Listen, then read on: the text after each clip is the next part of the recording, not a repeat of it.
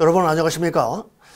자, 이번 강의는요, 2021년도 국가직 9급 우리 전기기기 기출문제 해설이 되겠습니다. 이번 그 시험을 여러분 준비하시기 위해서 참 그동안에 여러분 참 코로나 사태임에도 불구하고 참 고생 많으셨습니다. 자, 앞으로 여러분 그 좋은 결과가 모두에게 있으시기를 바라겠고요.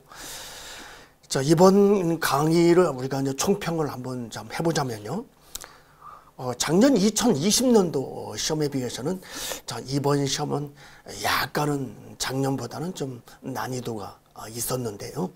약간은 좀 작년에 비해서는 좀 어려웠다라고 볼 수 있는데, 워낙 작년에 2020년도 시험이 워낙 참 변별력이 없이 참 너무 쉬웠기 때문에요. 자, 이번 시험이 어렵게 생각이 들 수도 있겠지만은 뭐 예년에 비해서 우리가 이제 이렇게 전반적인 상태를 분석해 보면 그다지 어려운 시험은 아니었다라고 볼 수 있겠습니다. 우리가 한 3문제 정도, 우리 이제 특수기 쪽에 이제 못하라든가 그런 특수한 문제 한 서너 문제 빼고는 뭐 전반적인 우리가 기본적으로 내용을 알고 있어도 다 답을 낼 수 있는 아주 기본적인 문제가 또 이번에도 한 15문제 정도는 아주 쉬운 문제가 출제됐다라고 볼 수 있겠어요. 그런데 여러분 생각하시기에 한 서너 문제 정도에서 여러분이 좀 아주 좀 생각을 좀 깊이 해야 되는 그런 문제 때문에 뭐 상당히 좀 시험이 그 예년에 비해서는 좀 어려운 거 아니냐 이렇게 생각이 들 수 있겠지만 전혀 그렇지 않습니다. 그 예년에 비해서 그렇게 시험이 어려운 시험은 아니었다. 우리가 한 서너 문제 빼고는 전반적으로 아주 쉬운 문제였습니다. 우리가 문제를 풀어보면 알겠지만은요. 자, 그래서 이번에 그 20문제를 우리가 분석해 보면 여러분들 직류기가 4문제, 그다음에 이제 동기기가 3문제. 동기기가 보통 예년에 비해서도 그렇게 뭐 적게 나온 건 아니죠. 보통 일반적으로 3문제 나올 때가 좀 많은 편이었으니까요. 물론 이제 많이 나오면 4문제 정도도 나왔지만은요. 그다음에 이제 변압기, 유도기가 4문제 출제됐고요. 자, 이번에 시험에서 좀 특이한 점이라고 한다면 이제 정류기가 3문제 출제됐다. 우리가 정류기 그러면 이제 일반 정류회로하고 이제 초파 쪽 다 전체적으로 봤을 때 우리가 한 3문제 정도라고 볼 수 있겠습니다. 그래서 다른 때에 비해서는 좀 한 문제 정도 좀 많이 출제됐다라고 볼 수 있고요. 두 번째 특이한 점이라고 한다면 이번에 이제 특수기 모타 쪽에서 2문제가 출제된 게 좀 특이한 점이다라고 볼 수 있겠습니다. 뭐 그런 어떤 그 특이한 문제 한 3문제 정도 우리가 일반적으로 잘 다루지 않았던 문제죠. 그런 3문제 정도 빼고는 전반적으로는 그렇게 문제가 어렵지는 않았다라고 볼 수 있겠습니다. 하여튼 여러분 어차피 이제 시험은 뭐 이번 국가직은 끝난 거니까요.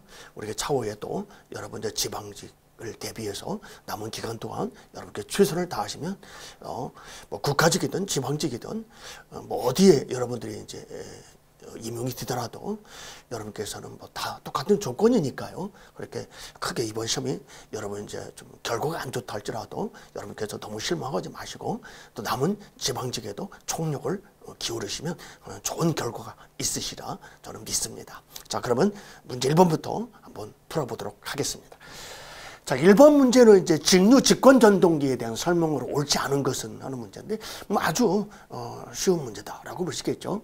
자, 1번에 보시면 자속이 포화되기 전까지 토크는 전기자 전류의 제곱에 비례한다. 그렇죠. 우리가 이제 포화를 거의 무시하죠. 발전기든 전동기든. 그래서 이제 포화를 무시한다면 여러분 이제 직류, 자, 직권 전동기에는 다른 모터에 비해서 여러분 토크는 부하 전류의 제곱에 비례죠. 우리가 이제 다른 여러분 이제 타여자 전동기라든가 분권 전동기라든가 또 우리 AC 모터는 거의 토크와 부하 전류는 비례 관계죠. 그런데 제곱의 비례죠. 그다음에 이제 토크는 자 속도의 제곱에 반발하다. 자, 이것이 이제 우리 직류 직권 전동기가 다른 모터에 비해서 가장 좋은 특성이다라고 볼 수 있겠죠. 그래서 기동 시 우리가 속도가 여러분들 거의 0에 가까운 상태에서 기동 시는 여러분 속도가 0에서 스타트할 때 기동 시 가장 큰 토크를 얻을 수 있다라고 우리가 이제 말할 수 있죠. 그래서 우리가 기동 시 토크가 가장 크기 때문에 여러분 이제 우리 전동차라든가 기중기, 여기 이번에 있는 것은 크레인, 이런 모터에 아주 적합한 특성을 갖고 있죠. 자, 세 번째는 무부하 상태로 연결해 동작하는 것은 피해야 된다. 그렇죠? 우리 직류 직권 전동기. 여러분 속도. 자, 공식은 자, 여기가 부하 전류가 되죠. 그래서 우리 직권 전동기는 자, 전격 전압이 자, 전압은 전격 전압이 인가되고 있는 상태에서 자, 무부하 때. 무부하 때는 여러분 I가 제로잖아요. 그럼 속도가 이제 과속도가 될 수 있다는 거. 이것이 이제 가장 두드러진 다른 모터에 비해서 가장 두드러진 특성이 되겠습니다. 우리가 이제 AC 모터든 DC 모터든 우리 거의 모든 모터는 무부하가 되더라도 여러분 속도가 여러분 전격 속도일 때보다는 약간 빠르죠. 약간은 빠르지만은 과속도는 거의 되지 않죠. 근데 오로지 직권 전동기는 무부하 상태가 되면 엄청난 여러분 이제 과속도가 될 수 있기 때문에 여러분 이제 전동기가 소선될 수 있는 아주 위험한 상태가 초래될 수도 있다는 게 아주 특이한 점이다라고 볼 수 있겠습니다. 자, 네 번째는 더 토크가 커질수록 여러분 높은 속도를 얻을 수 있다라고 했는데 아니죠. 정반대죠. 그래서 우리가 이제 토크가 클 때는 여러분 속도가 아주 저속일 때 아주 토크를 크게 얻을 수 있는 거지 높은 속도에서 토크가 커지는 것은 아니죠. 그래서 여기서 이제 옳지 않은 것은 이제 4번이다 라고 볼 수 있겠습니다. 네. 자, 2번 문제로 가보시죠. 자, 2번 문제도 이제 우리 아주 기본적인 여러분들 VV 결선. 자, 변압기 VV 결선 문제죠. 네.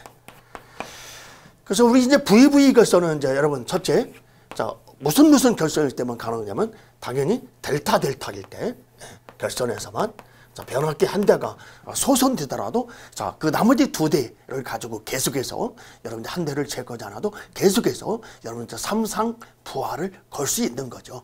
그래서 델타일 때만 가능하다라고 말할 수가 있겠습니다. 자, 그 다음에 이 VV 결선은 여러분 이제 델타 결선일 때에 비해서 57.7%의 여러분 출력을 낸다는 게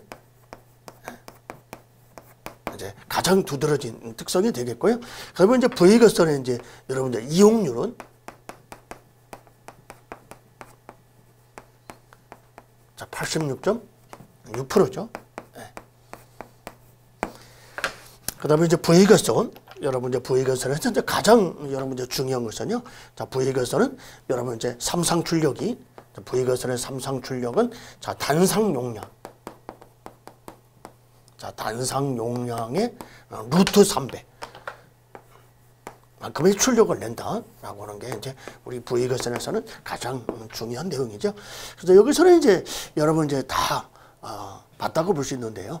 자, 몇 번이 틀렸는지 보기 전에 1번부터 한번 볼까요? 자, 소용량 삼상 부하에 사용할 수 있다. 그랬죠. 우리가 이제 델타일 대비해서 57.7%밖에 출력을 내지 못하기 때문에 우리가 이제 부하 용량이 여러분 대용량에서는 좀 적합하지 않다라고 볼 수 있겠습니다. 자, 그 다음에 이제 두 번째는 델타 결선에서 변압기 한 대가 고장이 나면 VV 결선을 운전할 수 있다. 그렇죠. 가장 기본적인 내용이죠. 세 번째는 자, 델타 결선의 출력에 비해서 부하의 용량은 자, 부하 용량이란 말이 여러분 이제 출력은 그 얘기죠. 86.6%가 아니라 여러분 이제 57.7%가 되겠고요. 이용률은 이제 86.6%죠. 그래서 이게 바뀐 거죠. 그다음에 네 번째는 부하의 상태에 따라 2차 단자 전압은 불평형이 될 수 있다. 자, 이것이 이제 바로 이제 VV 결선의 자, 가장 큰 단점이다라고 말할 수 있겠습니다. 자, 그럼 왜 어떤 부하의 상태에 따라서 여러분 2차 단자 전압은 불평형률이 될 수 있냐면요. 어떻게 여러분 부하가 여러분 상당히 클 때 그렇습니다. 일반적으로 이제 우리가 부하가 보통 일반적으로 한 전부하일 때 비해서 50% 이하. 는 보통 경부하로 보거든요. 근데 50% 이상인 부하, 보통 일반적으로 한 70%, 80% 이상일 때는 조금 문제가 될 수 있는 게요. 여러분들 부하가 증가하면 증가할수록 부하 전류가 증가하잖아요. 그러면 당연히 여러분 이제 전압강화가 크게 됩니다. 당연히 부하 전류가 여러분 이제 증가하게 되면 전압강화도 커지는 거잖아요. 발전기든 변압기든. 그때 이제 바로 그 전압강화가 크게 되면 당연히 여러분 이제 전압이 여러분의 불평형이 될 수 있는 그런 상태가 초래할 수 있는 이유가 뭐냐면 여러분 이제 우리가 V 결선이라는 게요. 뭐 지금 제가 뭐 어떤 수학적으로 이제 제가 유도해서 뭐 증명하지 않더라도요. 뭐 제가 2차 측만 가지고 얘기하면 여러분 이게 이제 우리가 V결성이잖아요. 뭐 1차 측은 뭐 자 이렇게 자 RST고요. 자 근데 문제는 뭐냐면 자 여기 우리 V결선은 여기 성간전압하고 여기 상전압 마찬가지죠. 여기도 성간전압, 여기 상전압 같잖아요. 그런데 여기 이제 성간전압. 자, 여기 성간전압이 이제 여러분 이제 두 상이 되기 때문에 자, 여기 성간전압이 이 한 상에 여기 이제 한 상에 걸리는 전압하고 여기 전압은 원래 이제 일반적으로 평행이잖아요. 우리가 베타 적으로 이제 합성을 하게 되면 이 전압은 평형인데 우리가 이제 부하가 상당히 여러분 이제 전류가 증가할 때는요 여기 부하 전류가 상당히 많이 증가하게 되면 여러분 전압 강화가 상당히 많이 커지기 때문에 여기에 걸리는 전압이 여기 전압에 비해서 약간은 더 상당히 전압 강화가 크게 되게 됩니다. 그래서 불평형 상태가 초래할 수도 있는 그런 큰 단점을 갖고 있다. 그러니까 우리가 일반적으로 이제 부하가 전부하일 때 비해서 보통 이제 경부하일 때는 그렇게 문제가 없는데 부하가 약간은 여러분 이제 보통 중부하 이상에서 그런 문제가 발생할 수 있다라고 볼 수가 있겠습니다. 그리고 이제 또 한 가지는 또 우리가 이제 V결선은 여러분 변압기는 2대인데 비해서 여러분 출력은 여러분 단상 용량의 루트 3배잖아요. 그러니까 단상 용량에 당연히 출력이 2배를 내지 못하기 때문에 일반적으로 루트 3밖에 안 되기 때문에 부하가 클 때는 그만큼 이제 그런 문제가 많이 생길 수가 있는 겁니다. 불평형이 될 수 있다. 그래서 정답은 바로 이제 3번이 여러분 이제 틀린 거죠. 뭐 이 4번은 여러분께서 잘 뭐 그동안에 몰랐다 할지라도요. 뭐 분명히 3번은 틀렸잖아요. 답은 확실하게 또 맞을 수 있으니까요. 뭐 틀리신 분은 한 번도 없으리라 봅니다. 자, 3번. 자, 다음 그러면 DTC 컴퓨터 우리 명칭과 정상 상태에서의 입출력 전압과 이 관계. 자, 우리가 이제 그림을 딱 보면 자, 우리는 항상 이게 뭐 법 컨버터인지 여러분 이제 부스트 컨버터인지 여러분들이 이제 판단할 수 있어야 된다고 제가 항상 강조를 했었죠. 그래서 우리가 회로의 상태는 정확하게 분석하지 못하더라도 항상 여기 이제 입력측에 이렇게 스위치가 오면 여러분 야는 이제 법 컨버터죠. 그래서 우리가 이제 법 컨버터의 출력 전압은 바로 이제 듀티비에다가 여러분 입력 전압을 곱한 것이 되니까 정답은 1번이다. 되겠습니다. 자, 이 문제도 여러분 이제 뭐 아주 기본적인 문제이기 때문에 다 맞았다라고 볼 수 있겠죠. 자, 4번 문제 가보실까요? 자, 4번 문제도 이제 우리 유도전동기에서 가장 기본적인 문제다라고 볼 수 있겠습니다. 자, 8극 60Hz 그러면 이제 동기 속도는 당연히 900이죠. 자, 동기 속도는 900. 자, 12kW. 여기서 12kW는 바로 전부하 출력이다라고 볼 수 있는 거죠. 아무 말이 없는 항상 출력은 전격 출력, 전부하 출력이죠. 자, 삼상 유도전동기가 전부하 때 자, 720rpm. 그러니까 유도전동기 전부하 때 속도가 자, 720rpm으로 회전할 때 옳은 것은 단 기계손을 무시한다. 여기서 이제 기계손을 무시한다 그랬으니까 여러분 이제 바로 2차 출력. 자, 2차 출력과 자, 전부하 출력은 이제 같다. 라고 볼 수 있겠죠. 만약에 이제 기계손을 우리가 이제 무시하지 않으면 바로 이제 전부하 출력과 기계손을 더한 게 바로 이제 2차 출력이 되는 것이고요. 바로 이제 유도전동기에서는 여러분들 기계손을 여러분들 무시하지 않을 때도 여러분 많으니까요. 자, 그런 것도 잘 알고 있어야 되는 거죠. 자, 그러면 여기서 이제 유도전동기에서는 가장 중요한 게 여러분 바로 이제 슬립이잖아요. 그래서 여기 슬립을 갖다 계산하면 당연히 얼마가 나오냐면 바로 0.2가 나옵니다. 자, 그러면 이제 슬립이 0.2가 나왔으니까 여러분 이제 1번 문제. 자, 회전자 전류의 주파수. 바로 이제 회전자 전류의 주파수가 바로 뭐냐면 회전자 주파수죠. 바로 슬립 주파수. 그 회전 시. 자, 2차 주파수를 말하는 거죠. 회전 시 2차 주파수, 슬립 주파수. 자, SF1이죠.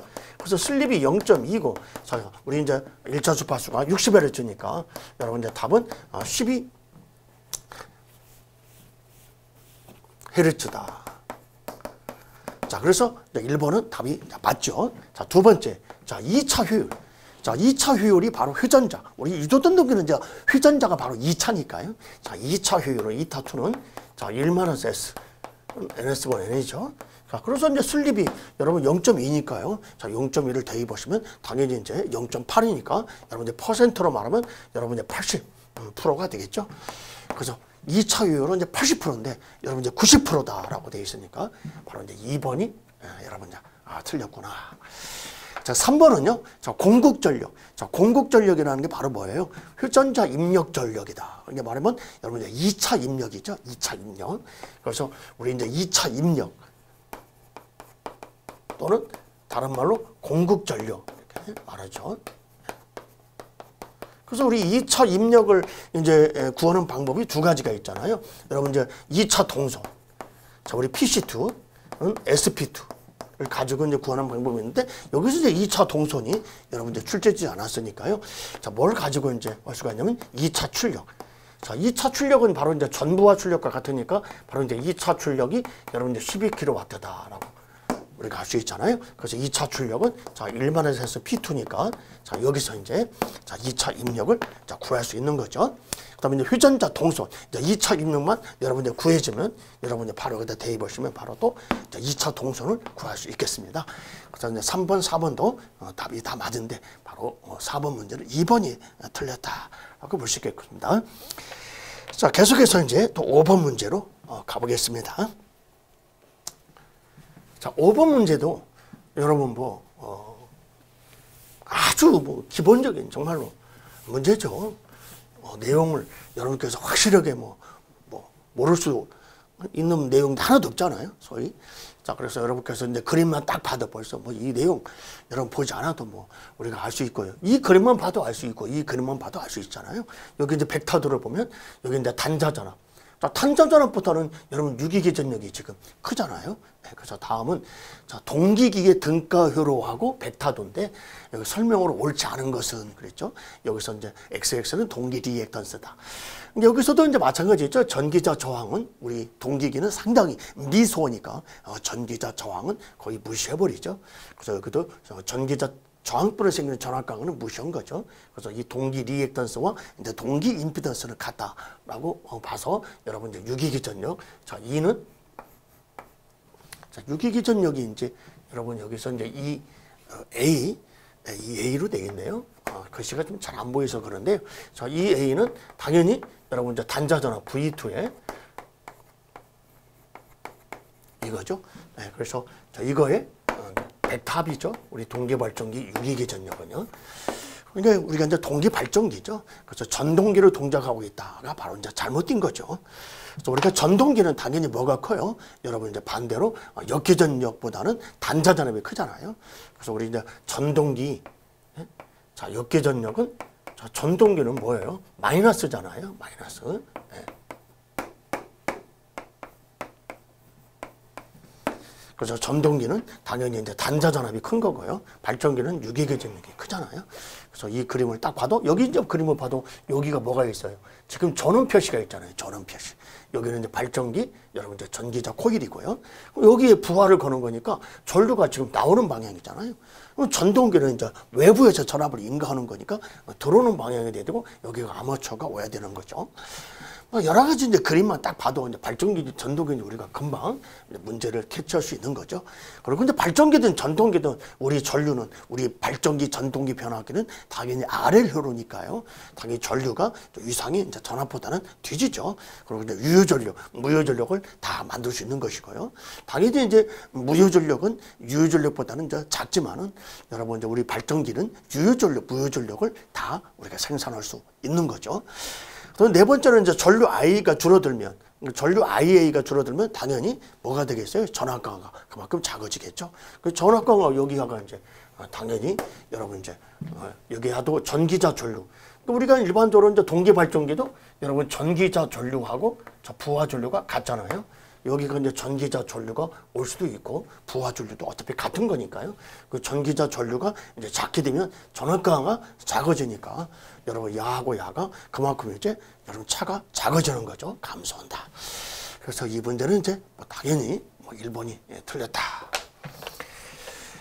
그래서 아주 이 5번 문제도 아주 쉬운 문제가 되겠습니다. 지금까지 아주 문제가 어려운 문제 없죠. 자, 그다음에 6번으로 바로 가보겠습니다. 자, 6번 문제도요. 자, 우리 이제 바로 이제 인버터죠. 우리 이제 현장에서 우리 이제 유도전동기, 삼상 유도전동기 속도하고 우리 토크를 여러분 제어하기 위해서 요즘 가장 많이 사용하는 자, 인버터인데요. 자, 다음은 전력 변환 시스템의 전력단을 역할에 따라 블록으로 구분한 그림이다. 그 각 블록에 대한 설명으로 옳은 것은 자, 옳은 것을 고르라는 얘기죠. 자, 여기 A 블록이 뭐예요? A 블록은 바로 삼상 전파 정류회로로서 AC를 DC로 변환시켜주는 바로 이게 정류회로죠. 그래서 우리가 여기를 갖다가 일반적으로 이제 컨버터다 이렇게 말하는 게 어디 있는데요. 그 컨버터라는 말은 잘못된 얘기죠. 소위 우리가 컨버터는 변환이 컨버터인데 여기 AC를 DC로 변환시키는 것은 일반적으로 렉티파이어 또는 정류기다 이렇게 말해야 되는 거죠. 그래서 여기서 DC를 이제 우리가 나오게 되면 바로 여기서 이제 콘덴서나 여러분 여기 이제 인덕터가 있죠. 보통 이제 콘덴서가 달려 있는 경우는 여러분 이제 전압 타입. 전압 제어 방식일 때 이제 콘덴서를 달고요. 전류 제어 방식일 때는 바로 이제 인덕터를 달습니다. L을 달죠. 전류 제어 방식일 때는 바로 그러면 이 L과 C가 하는 역할이 바로 뭐냐면 평활작용이죠. 평활작용. 그다음에 여기 이제 출력단에서는 바로 이제 DC를 다시 AC로 변화시켜주는 바로 이 부분이 인버터 부분이 되겠습니다. 자, 그러면 여기서 이제 뭐 제가 지금 쭉 설명을 드렸지만은 한번 1번부터 분석을 해볼까요? 자, A 블록은 삼상 교류 입력 전압을 정류하는 삼상 다이오드 반파가 아니라 삼상 전파죠. 전파, 정류회로다. 그래서 틀렸고요. 자, 2번은 자, B 블록은 여기 B 블록이죠. 여기 평활 작용. B 블록은 A 블록의 출력 전압을 평활화하기 위한 목적으로 사용한다. 맞습니다. 바로 평활 회로죠. 여기 콘덴서 평활 작용. 전류 제어 방식일 때는 인덕터를 단다는 거 꼭 알아두시고요. 그때 이제 L과 여러분 이제 C 값이 여러분 시정수가 이제 크면 클수록 거의 우리 직류에 가까운 여러분 이제 직류 전압을 얻을 수가 있는 거죠. 자, C 블록. 자, C 블록이죠. 3번 C 블록은 교류 신호를 직류 신호는 아니죠. 여기 C 블록은 직류, 여기가 직류잖아요.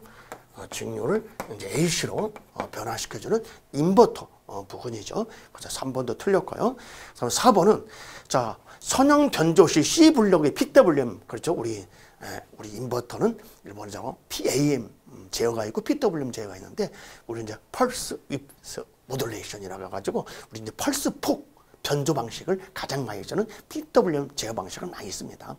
그래서 그 PWM 제어 방식에도 대부분이 이제 전압 제어 방식 을 많이 사용해 오다가 요즘 좀 최근에서는 일반적으로 이제 전압 제어와 여러분 벡터 제어를 혼합된 그런 제어 방식으로 많이 인버터를 지금 시중에 사용하고 있죠. 그때 여기 이제 여기서는 지금 우리가 이제 반도체 소자가 말하는 IGBT죠.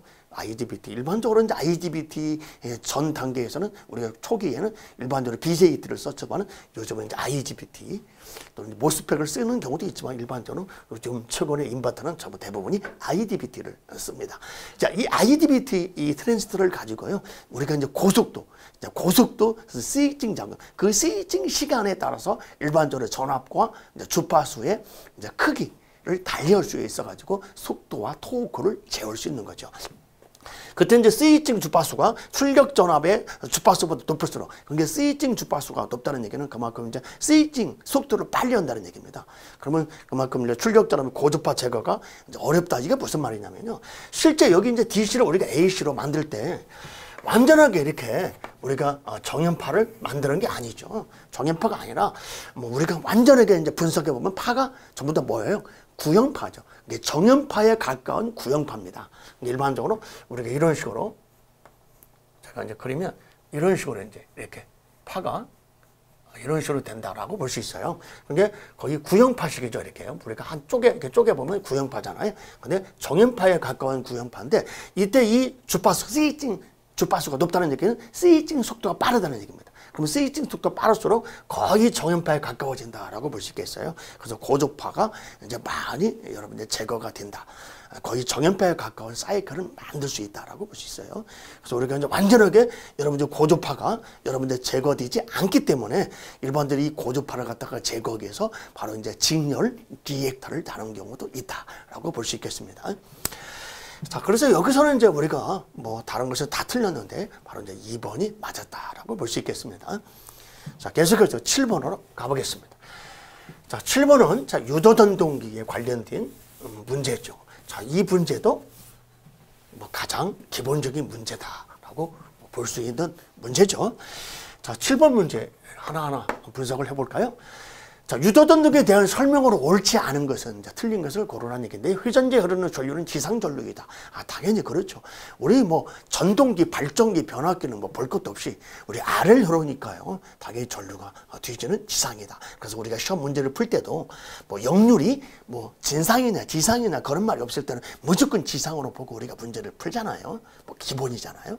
근데 우리가 진상이란 말은 일반적으로 이제 거의 잘 나오지 않지만은 우리 전기 기기에서 이제 진상으로 나올 수 있는 게 바로 여러분 이제 동기, 조상기 뭐 그런 쪽에 가서 이제 우리가 진상이 나오는 거지. 우리 발전기, 전동기, 변압기 자체만 놓고 본다면 전부 다가 여러분 이제 지상 흐로가 되는 거죠. 등가 흐로를 그린다면 아래를 흐르니까요.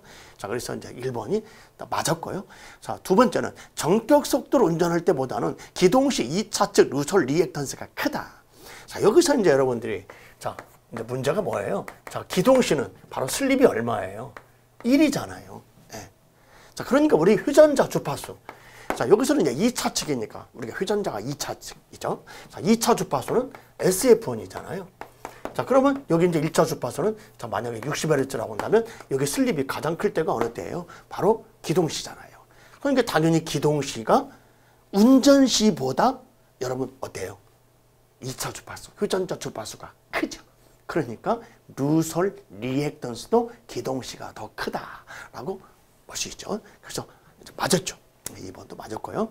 자, 세 번째는 자, 슬립 S에서 유도전동의 이론적인 최고 효율, 뭐 최고 효율이든 무슨 효율이든 여러분 회전자 효율은 2차 효율은 당연히 1-S밖에 없잖아요. 또는 NS분의 N인 여기 R을 가지고 우리가 효율을 따지는 거지. 뭐 최고 효율, 뭐 최소 효율, 무슨 전부와 효율, 뭐 그것이 다른 게 아니죠.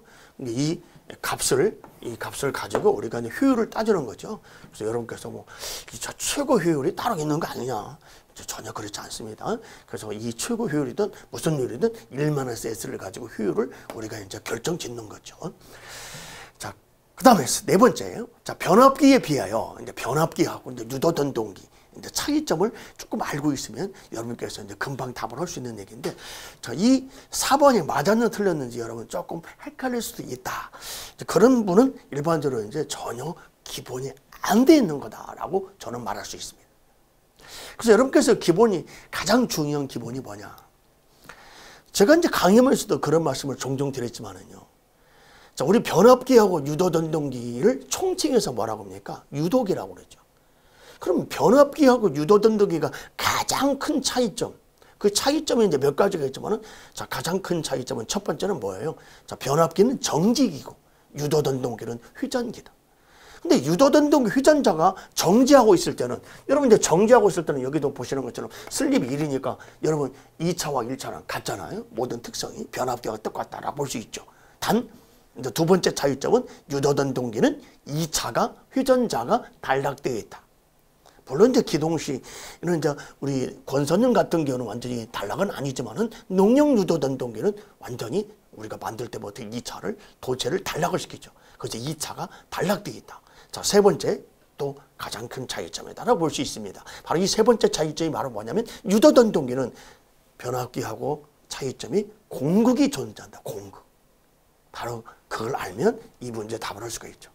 그 공극을 자, 공극이 존재하는데 우리 변압기는 공극이 존재하지 않잖아요. 1차나 철심이 같은 철심이니까요.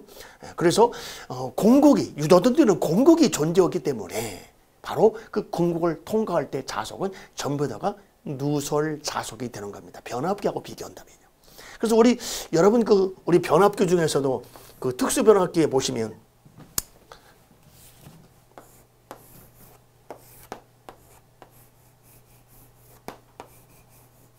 여러분 우리 특수 변압기에 보시면 여러분 이 변압기 참 무슨 변압기인지 여러분 기억나시죠? 바로 누설 변압기잖아요. 일반 변압기하고 다른 게 뭐예요? 바로 이제 여기 공극이잖아요. 바로 여기를 통과하는 자속. 여기를 통과하는 자속이 바로 이게 변압기로 말하면 전부 다 누설 자속이죠. 그래서 일반 변압기에서 이 누설 변압기가 누설 리액턴스가 굉장히 크죠. 그래서 수화 특성을 갖게 되는 거잖아요. 근데 우리 유도던 동기도 바로 공극이 존재하고 있는 그 공극을 통과하는 자속이 전부 다가 누설 자속이죠.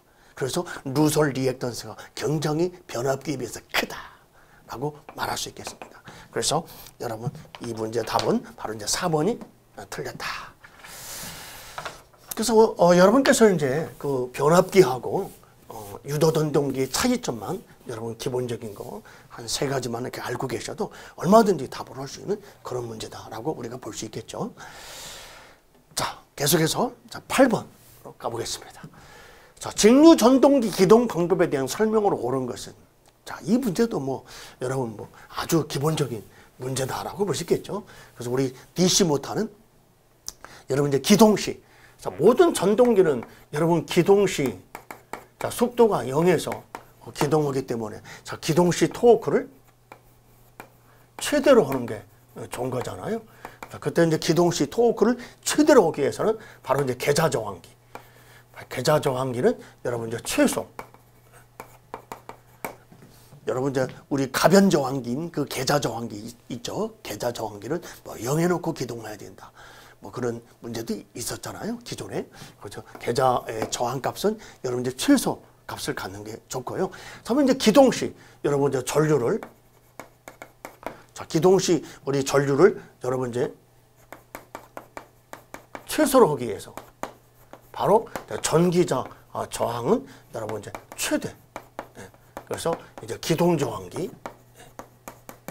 자, 기동 저항기를 가지고 이제 우리가 기동을 시킬 때 여러분 이 기동 저항기는 이제 최대값을 갖도록 놓고 우리 이제 기동하죠. 그래서 이제 기동이 끝나면 다시 이제 여러분들 0으로 놓고 이제 전부하로 운전할 때는 약간 0인 상태에서 이제 운전하는 거고, 그래서 기동시는 여러분 기동 저항기인 전기자 저항이 바로 이제 직렬로 여러분 전기자 저항하고 직렬로 기동 저항기를 달잖아요. 그래서 이제 최대 계좌 저항값은 최소로 하는 게 여러분 좋은 거죠. 그래서 1번이 여러분 이제 맞다. 네. 다른 것은 다 틀렸죠. 자, 여기까지 우리가 지금 8문제를 풀었지만은 지금까지는 거의 어렵다 라고 하는 문제가 지금 없습니다. 아직까지는요.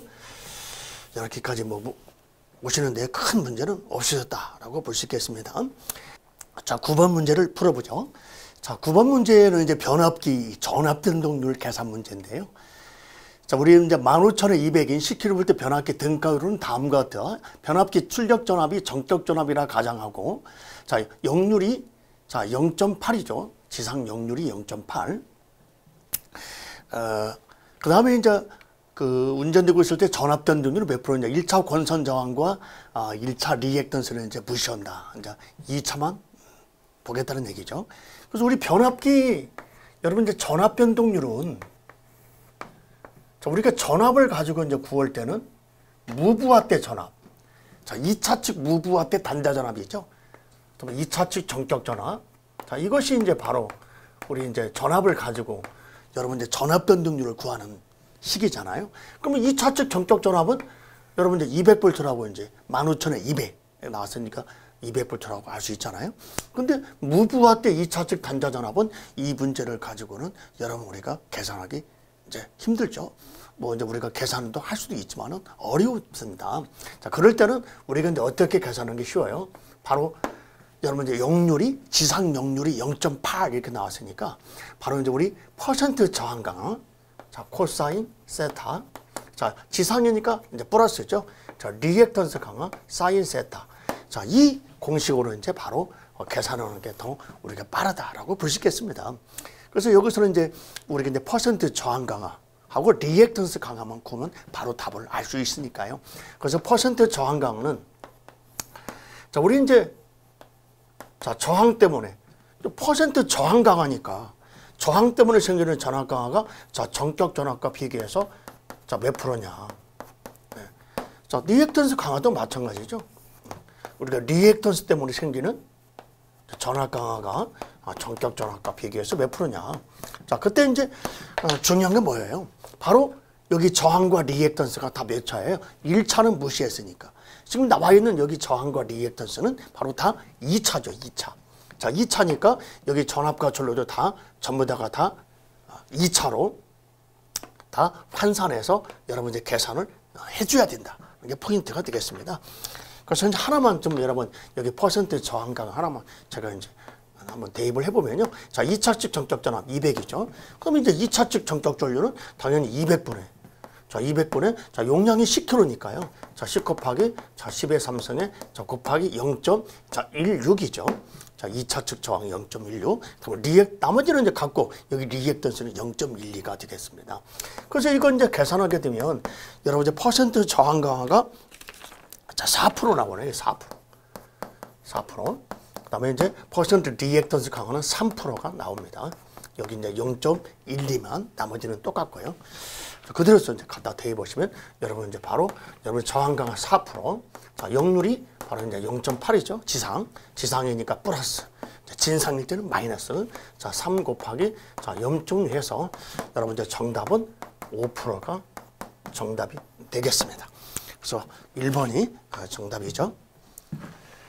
자, 이 문제도 이제 뭐 어려운 건 없는 거죠. 우리가 이제 전압된 등류 그러면 우리 변압기에서는 가장 많이 여러분 이제 주어지는 문제가 이 공식에 대입하는 문제가 가장 많죠. 이런 문제보다는요.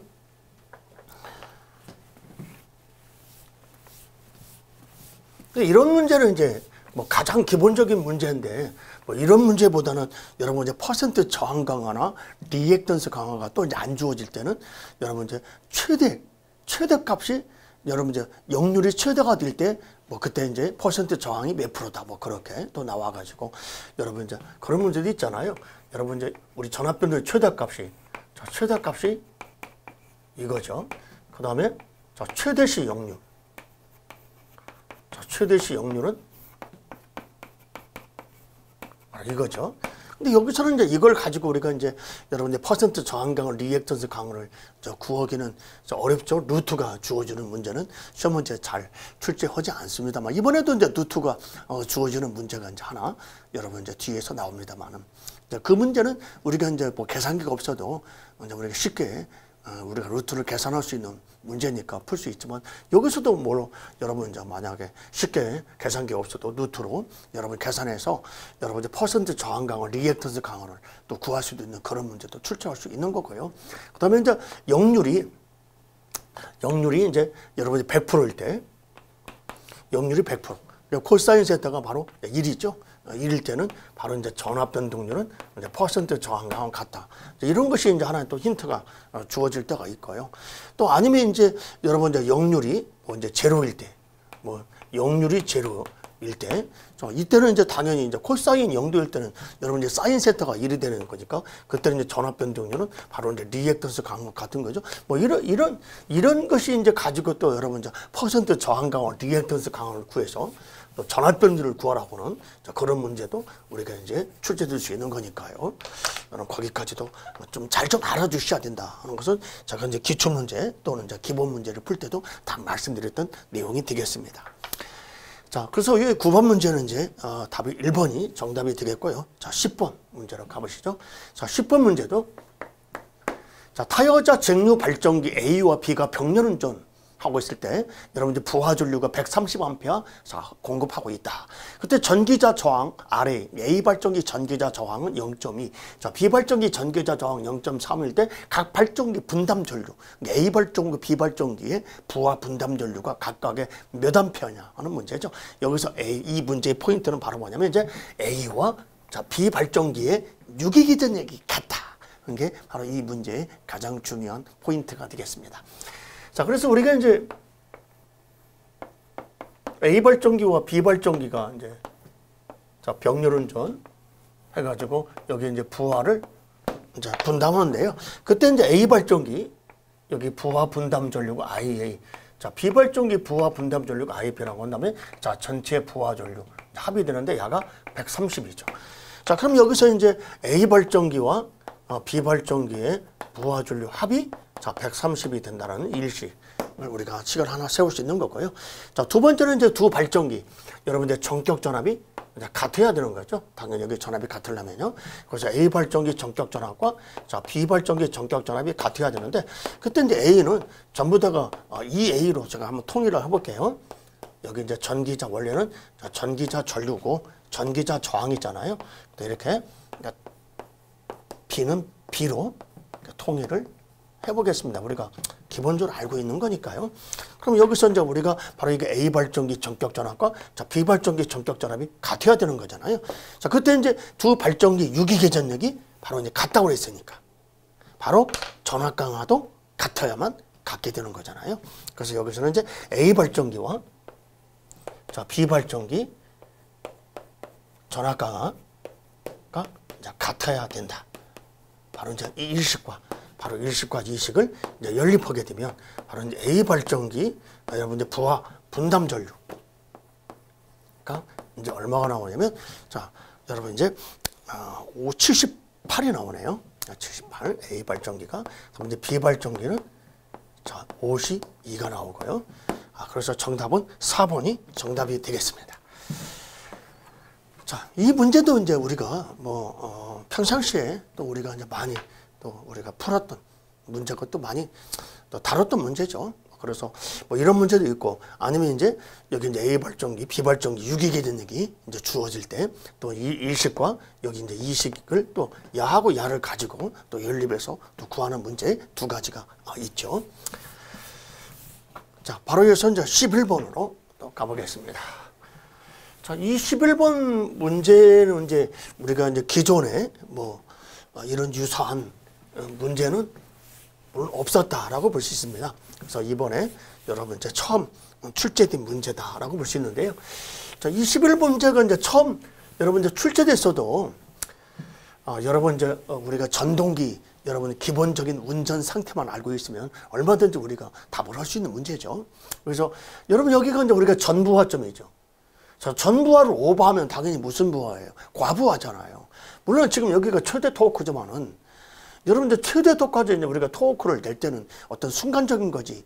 여러분 일반적으로 우리가 전부하를 오버하면 과부하니까 운전이 안 되는 거죠. 그러니까 저기 전부하 상태 맥시멈으로 전부하에서 여러분들 무부하가 여기잖아요. 자, 원래는 이제 일반적으로 이제 무부하 속도가 여기 이제 동기 속도가 같을 때 여기가 이제 거의 여러분 이제 슬립이 0일 때잖아요.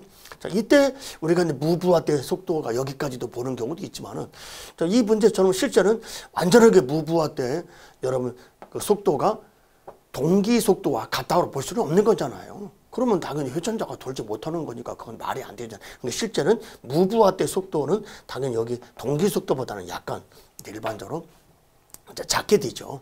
네. 그러니까 여기가 이제 무부하 때라고 했으니까 당연히 무부하 때부터 전부하까지 우리가 운전할 수 있는 거잖아요.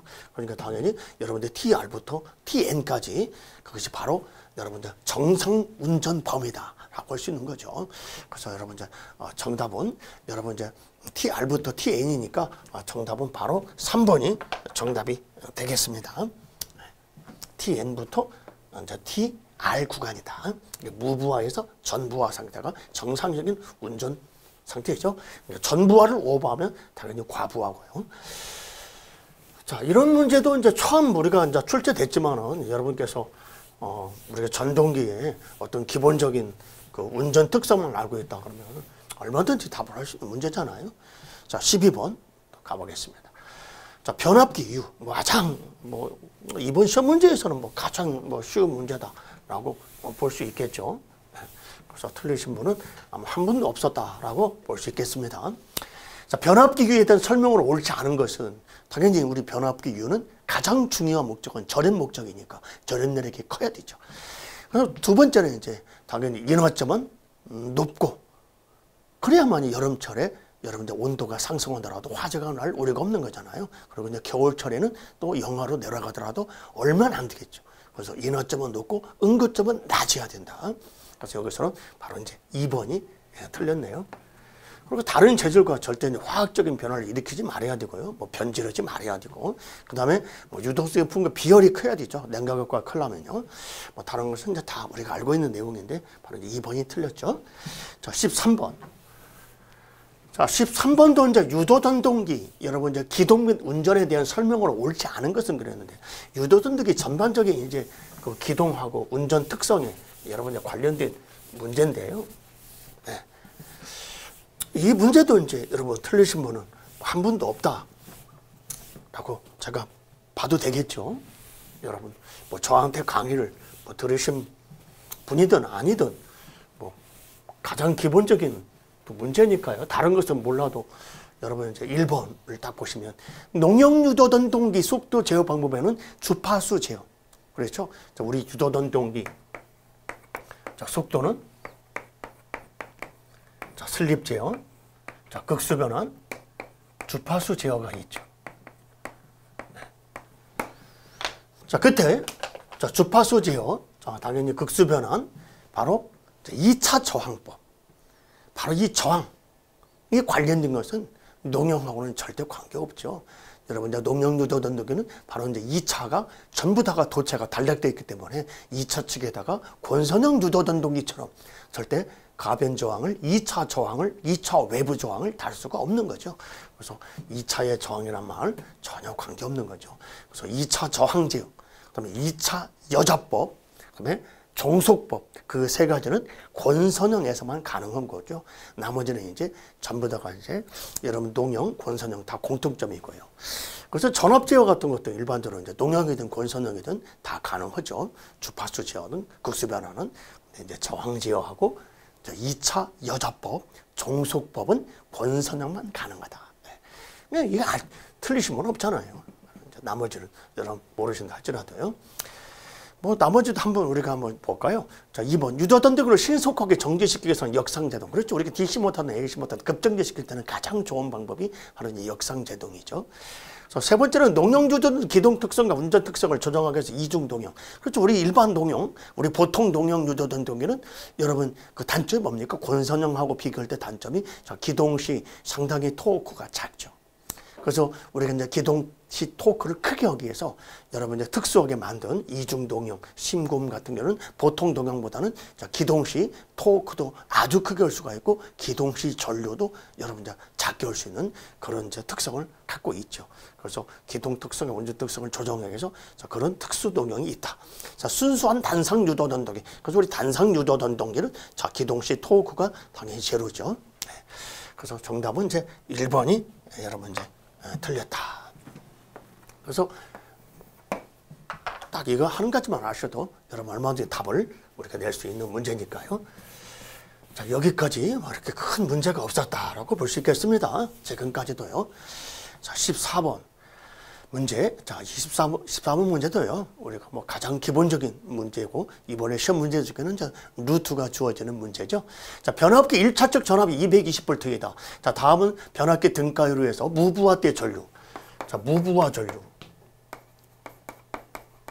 자, 우리가 변압기에서는 이제 무부하 전류가 여러분 이제 다른 말로 여러분 여자 전류 뭐 거의 같다라고 보죠.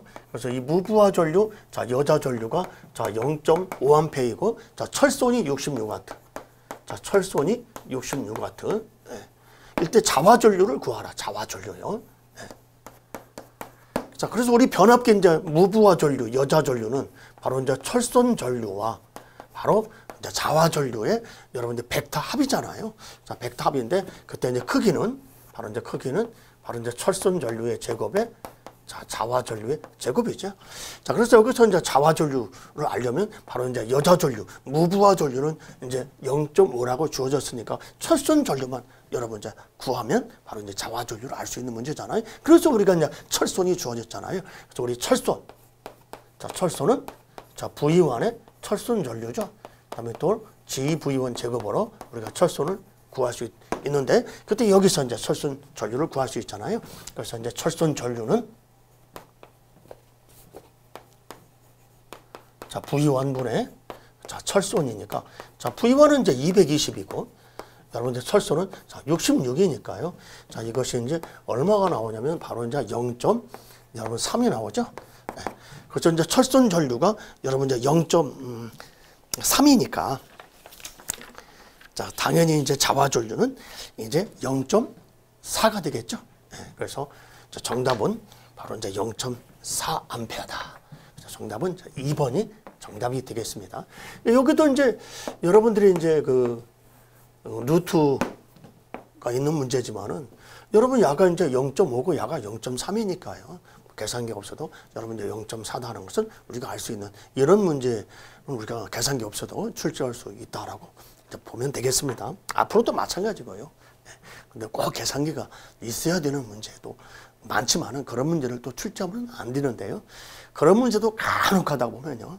여러분 과거에도 출제된 적이 있었죠. 참 출제자께서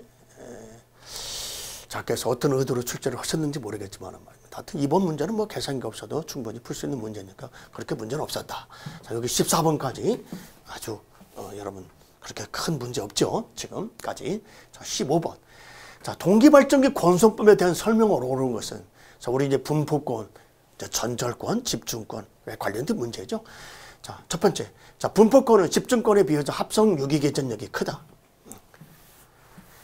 자, 여러분, 뭐, 이 문제도 이제 틀리신 분은 한 분도 없다라고 없으시겠죠. 자, 우리 분포권. 여러분, 단절권으로 갚는 가장 큰 목적은 바로 여러분, 이제 고조파 제거죠. 근데 이제 단점은 바로 이제 한 가지다라고 봐도 되죠. 우리 이제 분포권, 단절권으로 가오면 집중권, 전절권에 비해서 여러분 이제 유기계전력이 작다. 그런 것이 큰 단점이죠. 그렇죠. 단절권도 마찬가지죠. 유기계전력이 다 작죠. 예. 단절권은 전절권에 비해서 고조파를 제거할 수 있고요. 분포권도 마찬가지죠. 예. 그래서 여기서는 이제 3번이 여러분 이제 맞다. 나머지는 다 틀렸죠. 4번도 왜 틀렸냐면 여러분들 분포권은 당연히 집중권에 비해서 코일이 분산되어 있으니까요. 여러분들 누설, 리액턴스도 일반적으로 작죠. 누설, 리액턴스도 작고 그다음에 이제 코일이 분산되어 있으니까 열 발생이 여러분 집중되지 않죠. 열이 빨리 분산되죠. 그래서 열 발생도 적다. 그래서 맞는 것은 3번이다. 자, 여기 15번까지 여러분 큰 문제 없었습니다. 지금 문제. 그래서 이번에 여러분 이제 시험 문제가 아주 쉽구나라고 여기까지 이제 오셨을 거예요. 예. 자, 그런데 이제 16번에서 이제 딱 한번 이제 제동에 걸릴 수가 있죠. 자, 우리 특수 전동기 쪽에서 가장 많이 여러분 이제 시험 문제가 나오는 게 일반적으로 이제 스태핑 모터, 여러분 스텝 모터 또는 펄스 모터라고 하죠. 스텝 모터에서 시험 문제가 그동안에 가장 많이 출제됐는데, 자, 이번에는 자, 우리 BLDC 모터에서 자, 문제가 출제가 됐습니다. 자, 이 BLDC 모터는 이제 우리 직류 전동기의 단점인 우리 일반 여러분들 DC 모터가 가장 큰 단점이 바로 뭐냐면 우리 AC 모터에 비해서 바로 정류자가 있고 브러시가 있죠. 그 정류자하고 브러시 있는 곳에서 여러분 이제 아주 소음이 크고요. 또 여러분 이제 브러시가 마모되면서 여러분 그 브러시 가루, 카본 가루가 여러분 이제 바로 여러분 도체에 그 영향을 줘서 절연을 파괴시켜 버리는, 그래서 고장을 많이 일으키는 그런 단점을 갖고 있습니다. 그래서 그 브러시 있는 곳에서 여러분 이제 소음 및 마모도 많고요. 소음도 많이 나기 때문에 그런데 브러시가 없는 바로 이제 모터를 우리 이제 브러시리스 DC 모터라고 하죠. BLDC 모터라고 하는데요. 자, 이 BLDC 모터는 여러분 이제 그 회전자가 바로 이제 연고자석이죠. 그리고 이제 고정자는요. 일반적으로 이제 고정자는 뭐 전자석이다라고 말할 수도 있죠. 전자석이다. 고정자가 바로 이제 코일이 철심에다가 자, 코일을 감은 전자석이다라고 말할 수 있는 겁니다. 자, 그래서 우리가 일반적으로 이제 또 그 회전자의 극이 N극인지 S극인지 우리가 이제 위치를 파악하기 위해서 여러분 이제 위치 센서인 바로 이제 우리 홀 센서가 이제 가지고 여러분 회전자의 극을 판정하죠. N극인지 S극인지. 그래서 이제 N극일 때는 여러분 1, S극일 때는 제로인 상태로 여러분 이제 우리가 놓고 여러분 이제 1이냐 제로냐 따라서 여러분들이 이제 N극인지 S극인지 파악해서 그 고정자 코일에 전류를 흘리지 않느냐 따라서 여러분 이제 고정자도 N극, S극을 만들어서 흡입력, 반별력을 여러분들 존재해서 여러분 회전시키는 그런 모터다라고 볼 수 있겠습니다. 그래서 당연히 이제 브러시가 여러분 이제 존재하지 않기 때문에 여러분 이제 소음도 작고요. 그리고 이제 당연히 마찰이 없으니까 여러분 이제 고속으로 여러분 이제 운전할 수 있는 그런 특성을 갖고 있고요. 상당히 효율도 좋죠. DC 모터에 비해서는 당연히 효율이 좋은데 여러분 이제 단점이 큰 단점이라고 한다면 여러분 이제 가격이 좀 고가죠. 그 뭐 때문에 이제 가격이 여러분 이제 고가냐면요.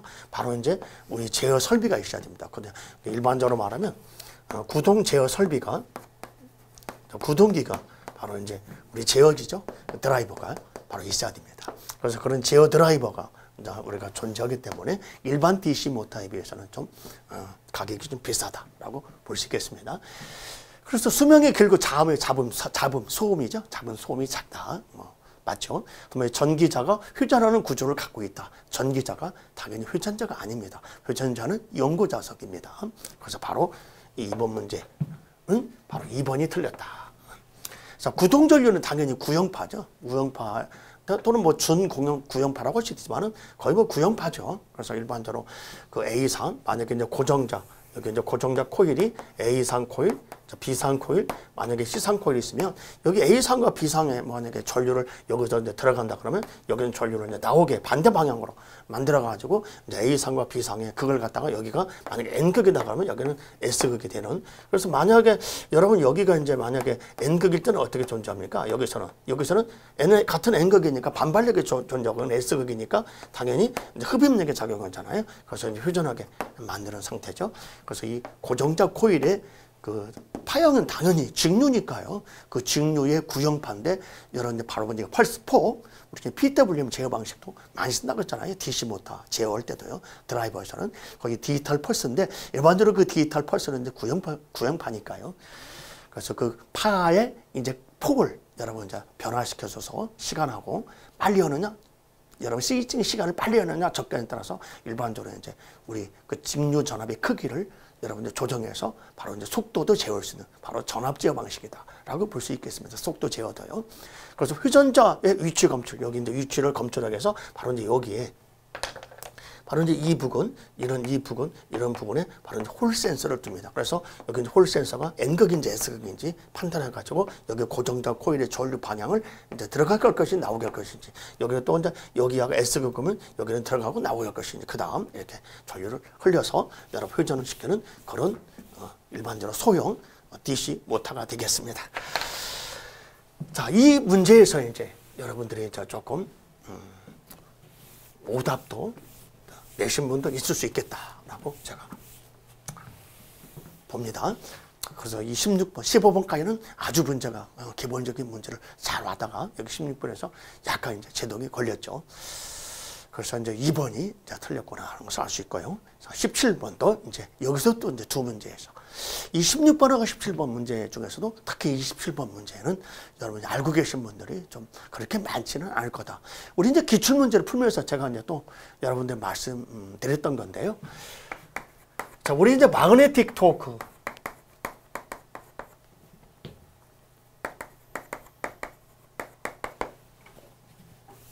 일반적으로 이제 전자력을 이용한 바로 이제 우리 전자유도 법칙 전자력을 이용한 그런 토크를 발생하는 모터가 자, 일반 전동기죠. 일반 전동기, 직류 전동기라든가 여러분 이제 유도 전동기라든가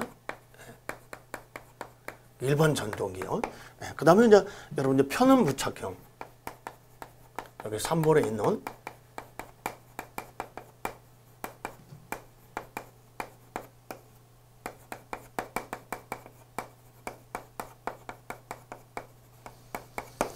이런 이제 모터는 일반적으로 이제 우리가 이제 마그네틱 모터다라고 이제 우리가 대개 이제 여러분께서 이제 알고 계시겠죠. 근데 막 일반적으로 이제 여러분 릴럭턴스 토크 그러면 이것도 이제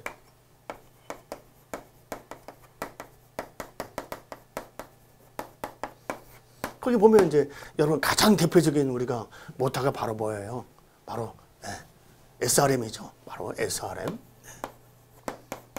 SH도 여러분 릴럭턴스 모터 바로 이제 1번. 그다음에 이제 그 두 번째 이제 바로 이제 싱크론 동기 여러분 이제 릴럭턴스. 자, 릴럭턴스 동기 전동기. 그러니까 이제 릴럭턴스형이라는 것은 여러분이 금방 또 여러분 이제 찾을 수 있겠죠. 그래서 릴럭턴스 전동기 같은 경우에는 뭐 이 두 가지만 여러분 이제 기억하시면 되겠고요. 자, 그 다음에 이제 바로 이제 우리 마그네틱 하고 여러분 이제 릴럭턴스 혼합한 것이 바로 이제 여러분 뭐가 되냐면 바로 이제 매입형. 4번에 매입형 연구자석 동기 전동기 하고요. 또 이제 삽입형이라고 있습니다. 뭐 삽입형, 매입형 뭐 이렇게 여러분들이 뭐 같은 말이죠. 이렇게 나올 때도 있고 이렇게 나올 때도 있는데 완전히 뭐 같은 못하다라고 보시면 되겠습니다. 그다음에 이제 연구자석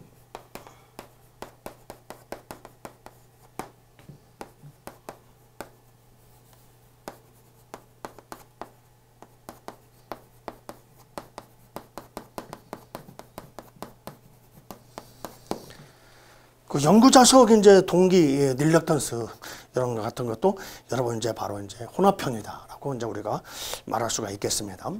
그래서 이와 같이 이제 우리가 이제 그 토크를 갖는 특성 중에서는 바로 이제 일반 전동기가 우리 이제 마그네틱 토크인데요. 우리 DC 모터, 여러분 AC 모터는 일반적으로 이제 전자력에 의한 그 마그네틱 토크죠. 우리 토크는 이 특성을 가지고 이제 바로 이제 야를 야하고 이제 변화시켜서 우리가 힘을, 회전력을 발생하는 모터가 마그네틱 토크다라고 보면 되고요. 바로 이제 릴럭턴스 토크는 일반적으로 이제 우리 전기자 반작용 특성을 갖고 있는 그런 이제 자기 저항을 어떤 상태로 만들 거냐에 따라서 우리 이제 토크를 내는 바로 그런 전동기를 바로 이제 릴럭턴스 토크인데요. 대표적인 게 우리 이제 시리즈 릴럭턴스 모터가 일반적으로 이제 가장 대표적인 여러분들 릴럭턴스 토크가 되겠습니다. 뭐 동기 전동기도 있지만은요. 그래서 여기 이제 릴럭턴스 전동기 같은 경우도 이제 간혹 가다가 야가 시험 문제가 여러분 이제 출제된 적도 몇 번 있었죠. 그래서 이번에 이 문제는 이제 뭐 기존의 기출 문제에서 출제된 문제는 아니지만은 좀 특이한 문제지만은 우리가 이제 기출 문제를 풀면서 또 제가 이제 분류를 시켜 드렸던 문제니까요. 여러분께서 또 중요하게 생각하지 않으셨기 때문에 또 틀리신 분도 많지 않을까. 이 문제에서 가장 많이 오답을 내셨을 거라고 저는 생각이 듭니다. 이 한 문제. 자, 그래서 이 문제 답은 이제 바로 이제 4번이 여러분 정답이 되겠습니다. 자, 그 다음에 이제 18번으로 가보시죠. 자, 18번 문제도 가장 기본적인 문제가 바로 이제 출제된 거죠. 자, 우리 이제 바로 분권 발전기. 자, 우리 이제 분권 발전기. 자, 전기자 전류는 바로 이제 부하 전류와 자, 계자 전류의 합이죠. 합인데, 자, 이 문제는 지금 어떤 특성이냐면 바로 가장 중요한 게 바로 무부하죠. 무부하 상태. 자, 무부하 때는 당연히 부하 전류는 제로니까 여러분들 전기자 전류는 자, 계자 전류와 같다라고 하는 게 자, 이 문제의 가장 기본적인 내용이죠. 아주 쉬운 문제죠. 그래서 일반적으로 이제 V, 자, 단자전압 VT는 여러분 이제 바로 IF, RF로 구할 수 있죠. 우리 이제 분권 발전기는 이제 바로 이제 병렬이니까요. 그래서 계자 전류가 여러분들 1.50, 그다음에 이제 계자의 저항은 여러분들 85ohm이니까요. 자, 야는 120V가 되겠고요. 그다음에 이제 유기계전력. 이는 여러분 단자전압 플러스 자, IFRA죠. 네, 무부하 때는 바로 이제 전기자 전류와 계자 전류 같으니까요. 그래서 120 자, 플러스 자, 우리 이제 계자 전류 자, 1.5 자, 전기자 저항은 여러분 이제 2ohm이니까 여러분 정답은 자, 123V죠. 유기계전력이에요. 그래서 정답은 3번이 정답이 되겠습니다. 그래서 단자전압은 이제 120이고요. 유기계전력은 123V. 그래서 정답은 여러분 3번이 정답이 되겠습니다. 자, 아주 쉬운 문제죠. 이 문제도요. 가장 기본적인 내용이니까요. 자, 19번. 자, 그림 같은 단상 다이오드 정류 회로에 대한 설명으로 옳지 않은 것은 자, 단 정류 회로는 정상 탱터이며 자, 시정수 RL은 여러분 충분히 크다. 매우 크다. 네. 여기서 이제 크다. 그러면 일반적으로 L이 뭐 R은 뭐 그렇게 큰 문제가 없는데요. 여러분 L이 여러분 이제 무한대일 때 여러분 완전한 여러분 직류를 얻을 수 있는 거죠. 뭐 그런 것은 뭐 여러분 잘 알고 계실 텐데 바로 이제 여기 부하 측 여기가 이제 부하 측이잖아요. 자, 여기 이제 부하 측에 하고 병렬로 바로 이제 여기 우리가 이제 일반적으로 말하는 이 다이오드하고 특성이 뭐냐면 얘는 이제 당연히 방향은 역방향이죠. 그래서 여기가 이제 전원이 AC가 마이너스 플러스일 때는 자, 이렇게 이제 순방향에 대해서 여러분들 일반 다이오드 D가 이제 온이 되잖아요. 그래서 정상적인 이제 정류가 나올 때 반파. 우리 반파가 나올 때 이 파가 나올 때가 이제 바로 여러분 이 상태죠, 지금. 그런데 이제 문제는 뭐냐면 여기 전원이 바로 이제 자, 마이너스 플러스일 때는 자, 야가 이제 어떤 상태예요? 야는 당연히 여러분들 역전압이 걸리게 되죠. 자, 그리고 이제 야는 역전압이 걸리게 되니까 바로 이제 뭐 어떤 상태예요? 여기 제로, 파이, 여기 이제 파이 순간이 되는 거죠. 파이가 될 때는 야가 오프인데 야는 바로 온이 되죠. 그래서 이제 어떻게 됩니까? 바로 이제 여기 이 전원이 여기 이제 마이너스 플러스일 때 바로 여기 축적된 에너지가 여기 인덕터에 축적된 에너지가 바로 여러분 이렇게 이 방향으로 바로 이제 온이 됩니다. 어느 순간부터요? 여기 파이 순간부터요. 그러면 이제 당연히 여기 여러분 여기까지가 이제 뭐 2파이라고 하자고요. 여기 2파이고 자, 당연히 이제 한 주기가 끝났죠. 여기 파이부터 2파이 한 주기가 끝났죠. 우리 전원으로 보면 그럼 이때부터 다시 또 이제 반파가 또 나타나는 거잖아요. 그러면 여기 제로 파이부터 2파이 구간 이 중간. 그러니까 우리 이제 그 전원을 가지고 여러분 이제 설명을 하면 여기 전원이 바로 이제 이런 상태잖아요. 여기가 바로 여기 마이너스 플러스일 때가 자, 이때 여기가 온이 될 수 있죠. 이때 이 작용이 뭐냐? 이 작용이 야가 바로 이 L에 의해서 여기 축적된 에너지가 여러분 이제 이렇게 전류가 흐르게 되는 바로 어떤 상태가 돼요? 바로 이런 상태가 되죠. 여기서 이 파이인 순간부터 바로 이제 전류가 이런 식으로 흘러버리는 이렇게요. 이런 식으로 대략 그리면 이렇게 이런 작용이 바로 이게 뭐냐면 바로 평원화 작용이죠. 네. 그래서 이제 평원화 작용을 도와주고요. 자, 두 번째는 또 어떤 작용을 하냐면 여러분 이 여기가 이제 오프일 때, 야가 오프일 때 소위 말하면 여기 이제 그 L로 본다면 여기가 이제 스위치라고 본다면 여기 야가 오프가 될 때 이 순간이죠. 파일 때 오프가 될 때 여기 바로 이 L이 순간적으로 어떻게 됩니까? 개방이 되죠. 개방이 되니까 여기 걸렸던 전압이 바로 어떻게 됩니까? 여기 코일에서는 여기 전원 전압과는 정반대인 역기전력이 되죠. 역기전력이죠. 그게 그 역기전력이 순간적으로 바로 이 전원 전압보다 커질 수가 있습니다. 그래서 여기 다이오드에 그 역전압 PIV라고 하는 거 여러분 기억나시죠? 피크 인버스 볼테이지 PIV가 높아져 가지고 여기 바로 반도체 소다도 나갈 수가 있습니다. 역전압이 증가해 가지고요. 여러분들 PIV 값이 크면 클수록 당연히 어떻습니까? 반도체 소다가 나갈 수가 있죠. PIV 이상이 되면. 자, 그래서 그런 그 역전압에 의해서 여기 이제 반도체 소자, 시진 반도체 소자가 나갈 수가 있기 때문에 그때 여기가 어떤 역할을 합니까? 단락을 시켜주잖아요. 이게 단락 상태가 돼버리잖아요. 그러면 여기 순간적으로 발생되는 여기 역계전력이 바로 여러분들 제로로 만들어줘요. 네. 자, 그래서 이런 반도체 소자도 보호해주고요. 평원화 작용도. 중국적인 목적은 당연히 이 평원화 작용이죠. 그래서 일반적으로 이제 RL, 여기 부하 측에 L이 있을 때 바로 이런 다이오드가 걸어두면 아주 좋은 특성을 갖게 되는데 바로 이제 이런 다이오드를 우리가 바로 환류 다이오드. 여러분 영어로 말하면 프릴링 다이오드라고 하는데요. 환류 관성 다이오드라고 말하십니다. 그래서 일반적으로 이제 L 회로를 갖고 있어요. 특히 이 반파, 우리 단상 반파 같은데 이 환류 다이오드를 달아놓으면 그런 평원화 작용 때문에 아주 직류에 이제 가깝게 만들어줄 수 있는 거죠. 그때 이제 L이 크면 클수록 여기 이 파가 거의 이런 식으로 이제 여러분 가깝게 여러분 이제 직류를 만들어주기 때문에 거의 전파에 가깝게 파형이 나올 수도 있다. 그래서 거의 완전한 직류를 얻을 수 있는데요. 그때 이제 이 다이오드가 여러분 이제 존재한다고 당연히 여기 출력 전압이나 전류의 크기는 당연히 변하지 않죠. 우리가 이제 여기 출력 전압이 V0라고 한다면 여러분 당연히 뭐 지금 여기 흐르는 여기 I0죠. I0. R분의 V0니까요. 여기 전압이나 전류의 여러분의 평균값은 변화를 주지 못합니다. 근데 증가한다고 그랬으니까 당연히 3번이 여러분 틀렸다.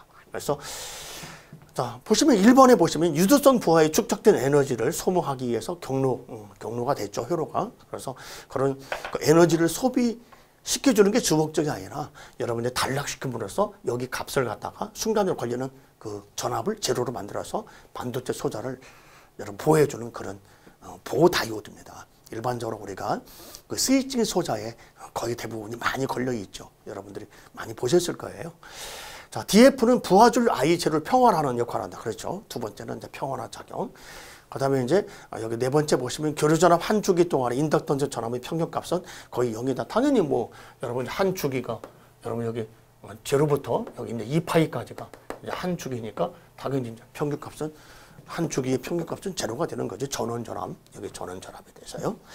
그래서 3번이 이제 틀렸다라고 하는 것을 우리가 알 수 있죠. 그래서 여러분 기본이 또 뭐예요? 항상 제가 가장 강조하는 기본이 뭐였어요? 우리 여기 직류축에 여러분 여기서부터 지금 직류잖아요. DC잖아요. 그 직류축에 존재하는 L과 C는 당연히 직류 전압과 전류의 크기를 변화시킬 수 없다라고 하는 것은 여러분 다 알고 있는 사실이잖아요. 뭐 그것만 알아도 여러분 이 활류 다이오드가 어떤 역할을 하는지 자세하게 모르고 있었다 할지라도 기본만 돼 있으면 여러분 답을 할 수 있는 거죠. 뭐든지요. 그래서 정답은 3번이 되겠고요. 자, 마지막 20번에 가보겠습니다. 자, 우리 동기전동기가 동기속도로 운전되기 위해서 기동법을 옳지 않은 것은 자, 계적원선의 전압은 임가되어 있었다. 자, 우리 동기전동기가 가장 큰 단점이 뭐예요? 여러분 기동 시 바로 토크가 자, 우리 동기전동기 기동 시 토크가 제로죠. 그래서 자기 스스로 절대 기동할 수 없다는 것이 여러분 단점이죠. 가장 큰 단점이죠. 그래서 우리가 이제 이 동기전동을 기동하기 위해서 여러분 이제 세 가지 기동법이 있는데 여러분 첫째 여러분 이제 자기동법이라고 해가지고요. 회전자 별도의 여러분 이제 슬롯을 파가지고 여러분 이제 도체를 회전자 권선과는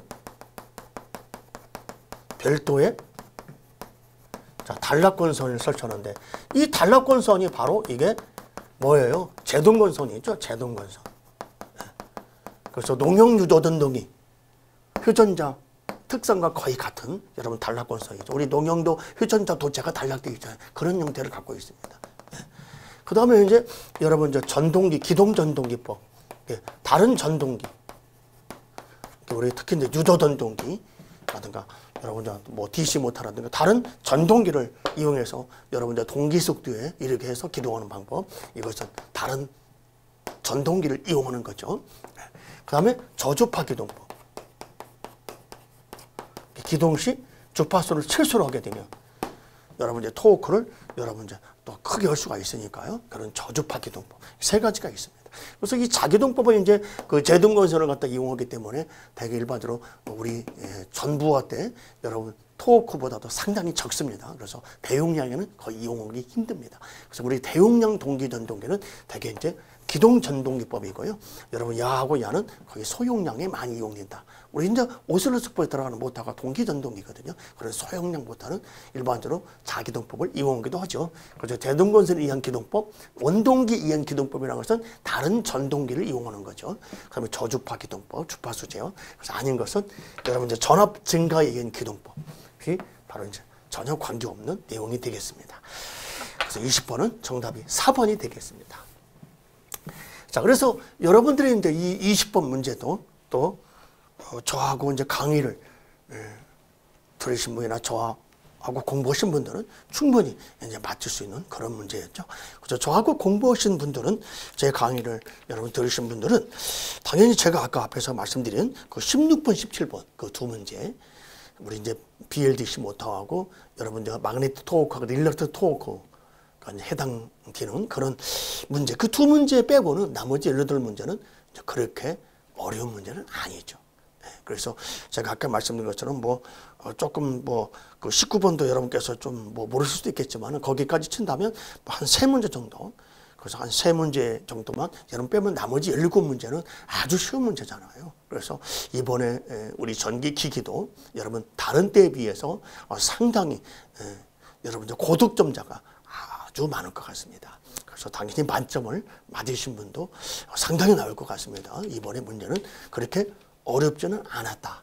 뭐 특히 이제 처음 출제되는 문제도 11번 같은 문제도 있었지만은 그런 11번 같이 처음 출제되는 문제도 여러분 전동기의 기본적인 운전 특성만 알고 있으면 얼마든지 우리가 답을 낼 수 있는 그런 문제잖아요. 네, 그래서 그렇게까지 하면 한 서너 문제라고 볼 수 있겠지만은 그 서너 문제를 빼고는 아주 여러분 기본적인 문제가 출제됐기 때문에 이번에 전반적으로 여러분 그 작년에 물론 비해서는 여러분 작년에는 여러분 만점자가 상당히 많이 나왔죠. 너무 문제가 쉬웠었죠. 작년에는요. 우리 국가직 9급도요. 뭐 지방직은 더 말할 것도 없었지만은 이번에 우리 국가직 9급 문제는 뭐 제가 봤을 때 상당히 문제가 좋다라고 볼 수 있겠습니다. 전반적으로 문제가 여러분 뭐 그렇게 어렵지도 않은 문제 출제됐지만은 좀 약간 어려운 문제도 한 서너 문제 들어있기 때문에 그래서 전반적으로 일반적으로 보통 예년하고 비교했을 때 뭐 그렇게 어렵지도 않고 쉽지도 않았다라고 볼 수 있겠습니다. 자, 이번에 여러분 이제 시험을 어떻게 보셨는지는 이제 결과가 많아지겠지만은요, 이번에 여러분 실수를 많이 하셨다 할지라도 또 남은 여러분 지방직의 시험에 또 올인하셔가지고 또 지방직에서 좋은 결과 있으시길 바라고요. 또 올해 뭐 국가직이든 지방직이든 안 되셨다고 절대 실망하지 마시고요. 여러분 또 내년에 얼마든지 또 합격하실 수 있는 거니까요. 여러분 희망을 버리지 마시고 여러분 끝까지 여러분 꼭 공무원 임용이 될 수 있도록 여러분 노력하시면 여러분 꼭 공무원이 될 수 있습니다. 그런 희망을 잃지 마시고 절대 포기하지 마시고 끝까지 여러분 최선을 다해 주시기 바랍니다. 여러분 그동안 고생 많으셨습니다. 여러분 수고 많으셨습니다. 제 강연은 여기서 모두 마치겠습니다.